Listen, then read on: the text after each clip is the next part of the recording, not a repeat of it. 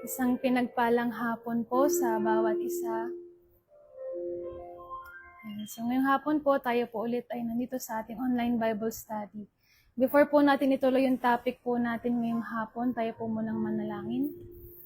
Aming Diyos, sa pangalan ni Jesus, Lord, dalangin namin na sa mga oras na ito, makuha namin ang mensahe mo sa amin. Binubuksan namin ang spiritual na puso at isipan namin. Malaya kang ihayag, O Diyos, ang nais mong sabihin sa amin sa mga oras na ito. Salamat sa mga salita mo. Maging buhay ito sa amin sa mga oras na ito. Salamat, Lord, pinupuri ka namin sa pangalan ni Jesus. Amen. So isang magandang hapon po muli sa bawat isa po sa atin. So ngayong week na pong ito, nandito po tayo sa topic po na Can you trust God when He's silent? Sabi po dito, magagawa mo pa rin bang magtiwala sa Diyos kapag siya ay tahimik? Sabi po dito, the silence of God is not His rejection. Most of the time, yung silence po ng Diyos ay imbitasyon po niya. Imbitasyon na tayo po ay lalong mas magsumiksik o mas lumapit sa Kanya, mas lalong magtiwala po sa Kanya. Isa po itong opportunity sa atin na mas magtiwala sa Panginoon. Amen po. Sabi rin po dito, kapag ang Diyos ay tahimik, hindi niya gusto marinig yung mga arguments po natin. Yung mga, hindi niya gustong marinig yung isinisigaw mo, explanation mo sa Diyos, yung justifications mo sa Diyos. Ang gusto po niya, at ito po yung time ng surrender at obedience sa Panginoon. Amen po. Ngayon, sa time din po na tahimik ang Diyos, may mga times po na hinahanap mo yung kasagutan sa mga panalangin mo, pero ang nare-receive mo ay katahimikan ng Diyos. Maisip mo na ini-ignore ka na ng Diyos. Pero yun nga po, tulad po na sabi ko po kanina, ang silence ng Diyos ay invitation niya into a deeper trust. So, nito na po tayo sa number 9. Ituloy po natin yung topic po natin. Sa number 9, sabi po dito, stillness reveals His voice. Basahin ko po sa Psalms chapter 46, verse 10. Sabi po dito, be still and know, recognize, understand that I am God. I will be exalted among the nations. I will be exalted in the earth. Ito po ay hindi po common ito po ay common na verse po sa atin. Madalas po natin naririnig, tama po ba? At sabi po dito, yung katahimikan o yung kapayapaan, sa katahimikan o sa kapayapaan, mas naririnig mo ang boses ng Diyos. Yung stillness, ito po yung nag-aalaw para mas marinig mo ang boses ng Diyos. Kasi ang Diyos ay doon siya nakikipag-usap sa puso natin. Amen po. Kapag tahimik ang Diyos, kailangan nating mas magtiwala po sa Kanya. Kasi kung tahimik na nga ang Diyos, tapos maingay pa yung isip mo, maingay pa yung kalooban mo, amen po, kumbaga punong-puno ng worry o pag-alala yung isip mo na para bang may raging sea sa loob mo, mas lalo nating hindi maririnig ang Diyos. Kailangan nandun yung tahimik din tayo. Bakit? Kasi ang Diyos, most of the time, nakikipag-usap siya gamit ang still small voice. Amen. Basahin ko rin po dito sa 1 Kings chapter 19 verses, umpisan ko po sa verse 9. Sabi po dito, ang title po niya, kinausap ni Yahweh si Elias. So, maraming beses, ganito po makipag-usap ang Diyos sa atin. Sabi po sa verse 9, pumasok siya sa isang yungib at doon nagpalipas ng gabi, walang ano-ano yung nagsalita sa kanya si Yahweh. Anong ginagawa mo rito, Elias? Sumagot si Elias, Yahweh, Diyos na makapangyarihan sa lahat, ikaw lang po ang pinaglingkuran ko sa tanang buhay ko, subalit sinira po ng bayang Israel ang kanilang kasunduan sa inyo. Winasak nila ang inyong mga altar at pinatay ang inyong mga propeta. Ako na lamang ang natitira at pinaghahanap nila ako upang patayin din. Verse 11, ganito ang sagot sa kanya, lumabas ka at tumayo sa ibabaw ng bundok sa harapan ko. Pagkasabi nito'y dumaan si Yahweh at umihip ang napakalakas na hangin. Sumabog ang bundok at nagkadurog-durog ang mga bato sa lakas ng hangin, ngunit wala sa hangin si Yahweh. Nang tumigil ang hangin ay lumindol, ngunit wala sa lindol si Yahweh. Verse 12, pagkalipas ng lindol ay kumidlat, ngunit wala rin sa kidlat si Yahweh. Pagkalipas ng kidlat, narinig niya ang isang banayad na tinig.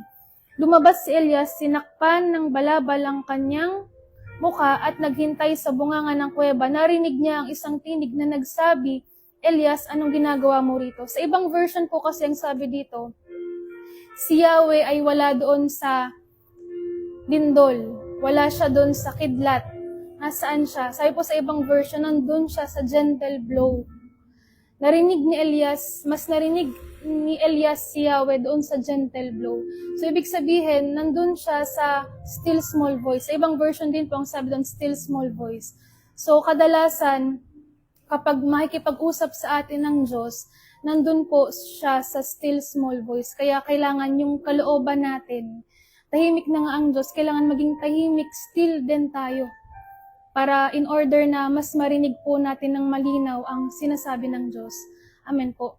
Ngayon, paano natin patatahimikin yung sarili po natin? Nandun na kailangan lumabas yung tiwala mo sa Panginoon. Na ang Diyos ay magsasalita, ang Diyos na makikipag-usap sa akin. Amen po. Ngayon po, sa number 10 naman po, ang sabi po dito, your tears are known. Basahin ko po sa Psalms 56 verse 8. Ang taglay kong sulirani, nababatid mong lahat. Pati mga pagluha ko'y nakasulat sa iyong aklat. Alam niyo po, nung una ko pong nalaman itong verse na to, naisip ko na ang sweet ng Diyos.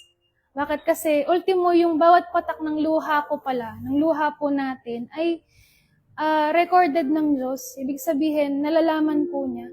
Na kahit minsan, akala mo na lang, ikaw na lang at yung unan mo, nakakalam ng luha mo. Pero hindi pala. Alam pala ng Diyos bawat patak ng luha po natin. At ito po ay ine-emphasize nito kung gaano ka-detailed yung knowledge and care sa atin ng Diyos.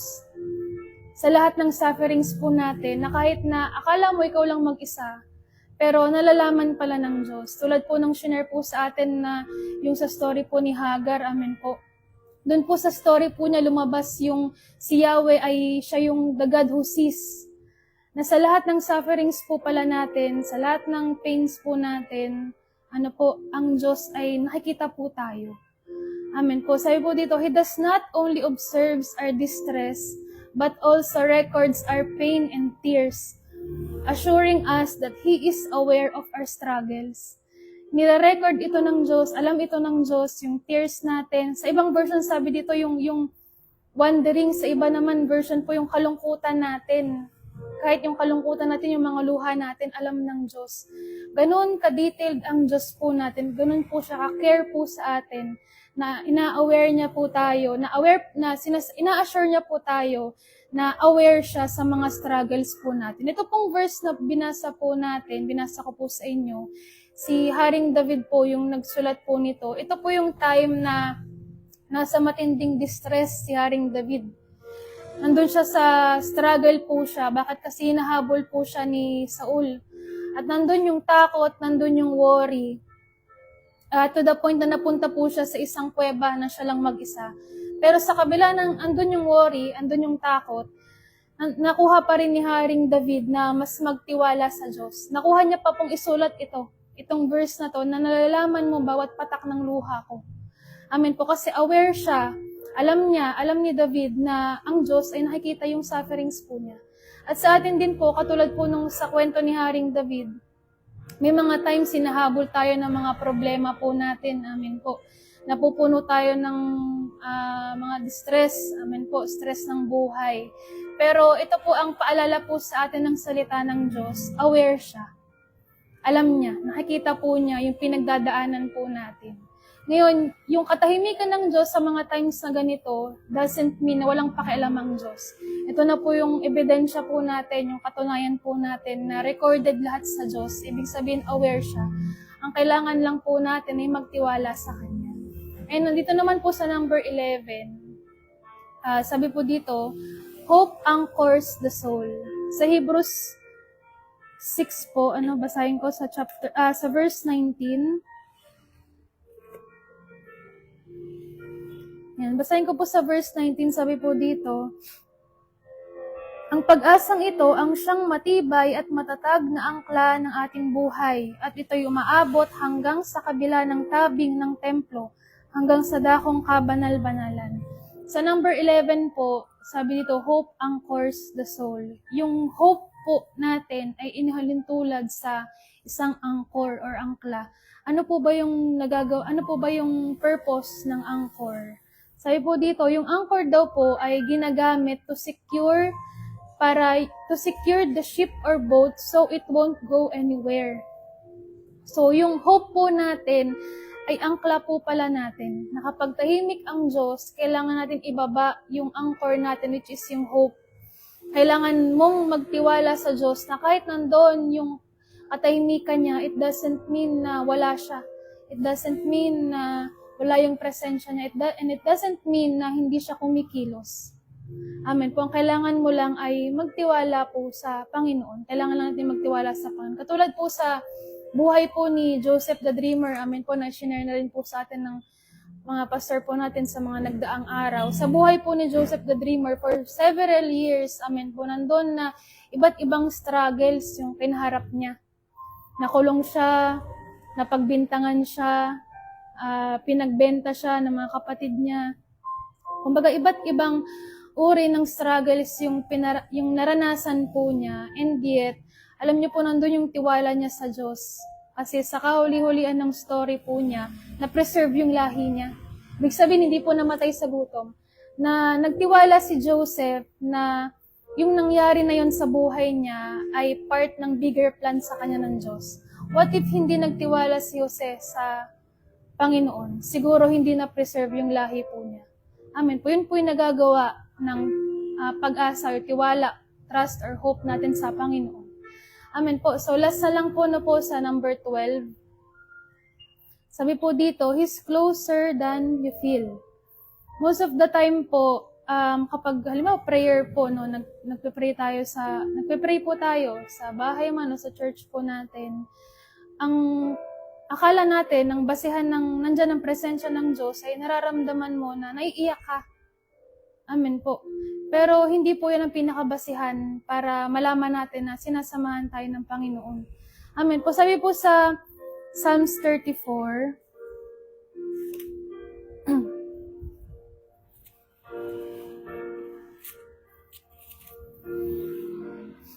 34 verse 18, basahin ko po dito.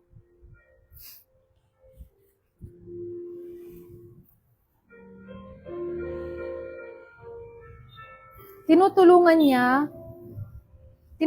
niya mga nagdurusa at binibigo ang walang pag-asa. Sa ibang version po, sa English version, ang sabi po dito, He is close to the brokenhearted. Amen po. So, ang Diyos po ay mas close kapag ka doon sa time ng brokenness mo. Na akala mo wala ang Diyos, pero ang sabi po ng verse, mas close sa'yo ang Diyos.